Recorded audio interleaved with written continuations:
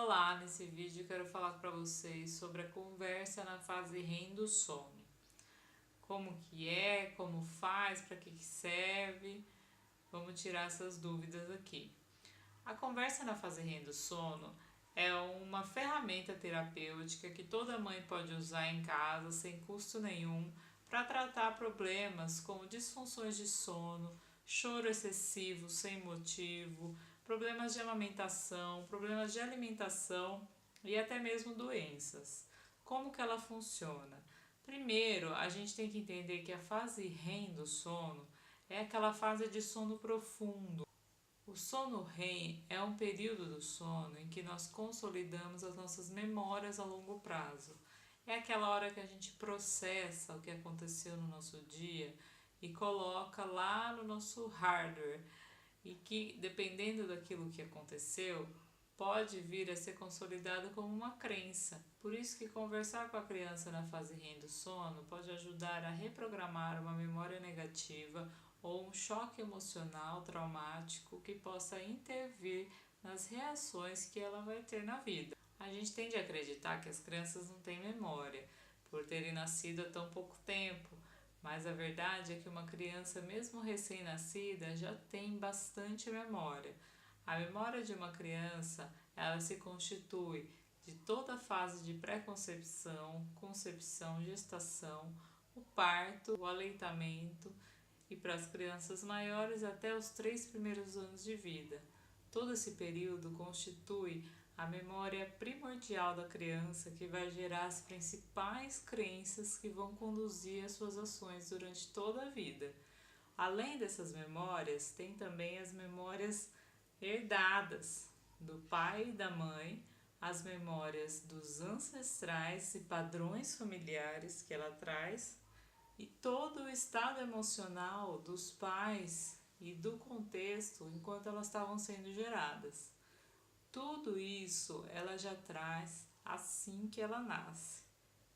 Não é tão tábula rasa assim como a gente imaginava. A criança já traz bastante informação. Por isso que uma criança com choro excessivo, com problemas de sono, com problemas de amamentação, ela pode simplesmente estar trazendo essas memórias à tona. E como identificar a causa dos problemas? Bom, as mães intuitivamente podem até já saber as causas eventuais de algumas questões que os filhos apresentam, não é mesmo? Às vezes teve um fato bem pontual, específico, e a partir daquilo a criança passou a se comportar de outro jeito. Mudanças, né? Mudança de cidade, mudança de escola, separação dos pais, a mãe que passou a trabalhar, toda e qualquer mudança importante na vida da criança pode gerar um conflito para ela. Outra coisa bastante comum também são eventuais traumas, né? Uma batida de carro, um assalto em casa, alguma coisa do tipo que tenha pegado a criança de surpresa. Nesse tipo de situação é bastante comum que a criança apresente alguma questão, como uma febre ou algum comportamento de não querer se expor a ambientes parecidos onde aconteceu o fato, enfim, cada criança vai manifestar isso de alguma forma, mas o fato é que nesse caso é simples a identificação da causa. E aí nessa conversa da fase REM do sono você esclarece essa situação. Mas às vezes a causa não é tão simples assim e pode acontecer da mãe não saber o que está provocando aquele problema. Nesse caso, eu convido você a fazer o mini curso de Ciência no Início da Vida, gratuito, que está aqui disponível no canal, onde a gente vai explorar com detalhe todas essas etapas da pré-concepção, concepção, gestação, parto, aleitamento, 3 primeiros anos, todos os possíveis e mais comuns problemas que acontecem nessas fases que geram alguns comportamentos específicos como padrão. Isso vai te ajudar a encontrar a causa desse problema. Então, como proceder com essa conversa propriamente dita na fase REM do sono? Bom, primeiro a gente precisa identificar qual é a fase REM. A fase REM, como o próprio nome diz, a sigla é em inglês, né? Rapid Eye Movement, que significa movimento rápido dos olhos, ou seja, a fase REM do sono é aquele momento que a gente está dormindo, ou que a criança está dormindo, e o globo ocular se movimenta por baixo da pálpebra. Essa é a principal característica dessa fase, né? A outra característica é o relaxamento total dos músculos, ou seja, você levanta o bracinho assim, o bracinho cai, é sono profundo. O batimento cardíaco é um pouquinho mais acelerado também nessa fase e a respiração bastante profunda. Bom, encontrada essa fase REM, que é muito fácil encontrar mais na hora que a criança dorme de vez, assim, à noite, do que nos cochilos à tarde, tá, gente? Então, essa conversa é interessante você fazer na madrugada mesmo, tá? Não dá pra...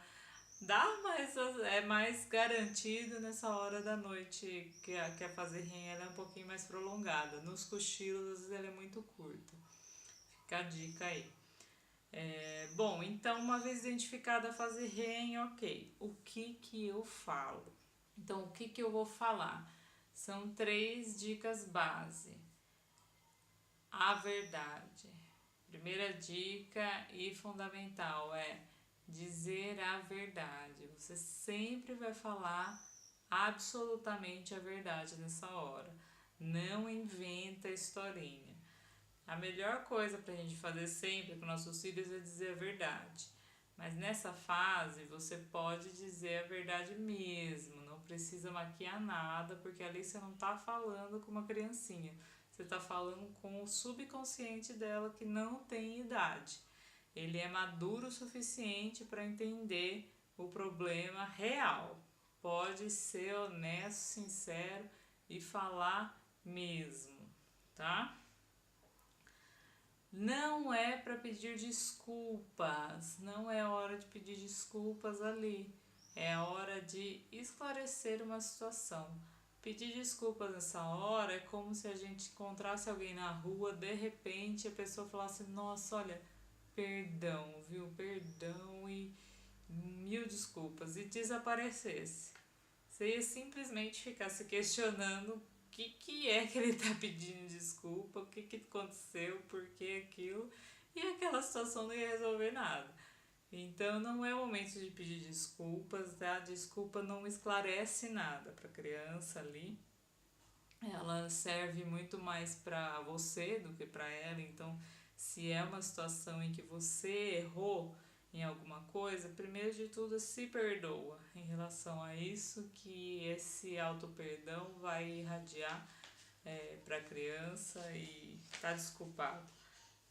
Se a criança ela é grande o suficiente para você conversar pessoalmente com ela, peça essas desculpas quando todo mundo estiver acordado. Não precisa fazer isso na fase REM do sono. E se ela é pequenininha, o que ela precisa de fato é o esclarecimento da situação e não a desculpa. Tá ok? Então você vai falar a verdade, não pedir a desculpa.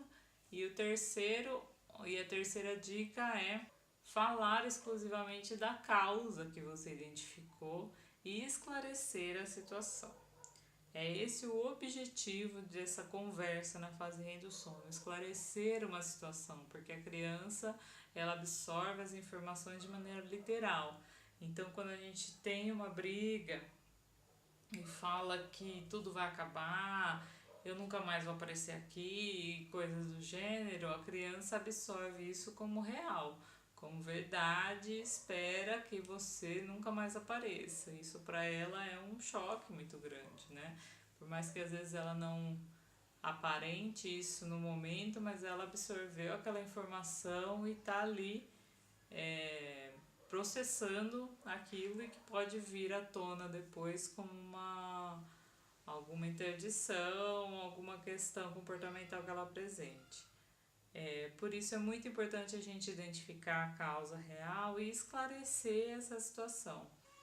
E quantas vezes eu tenho que conversar com a criança? Bom, primeiro você começa, faça uma conversa uma noite e verifique no dia seguinte.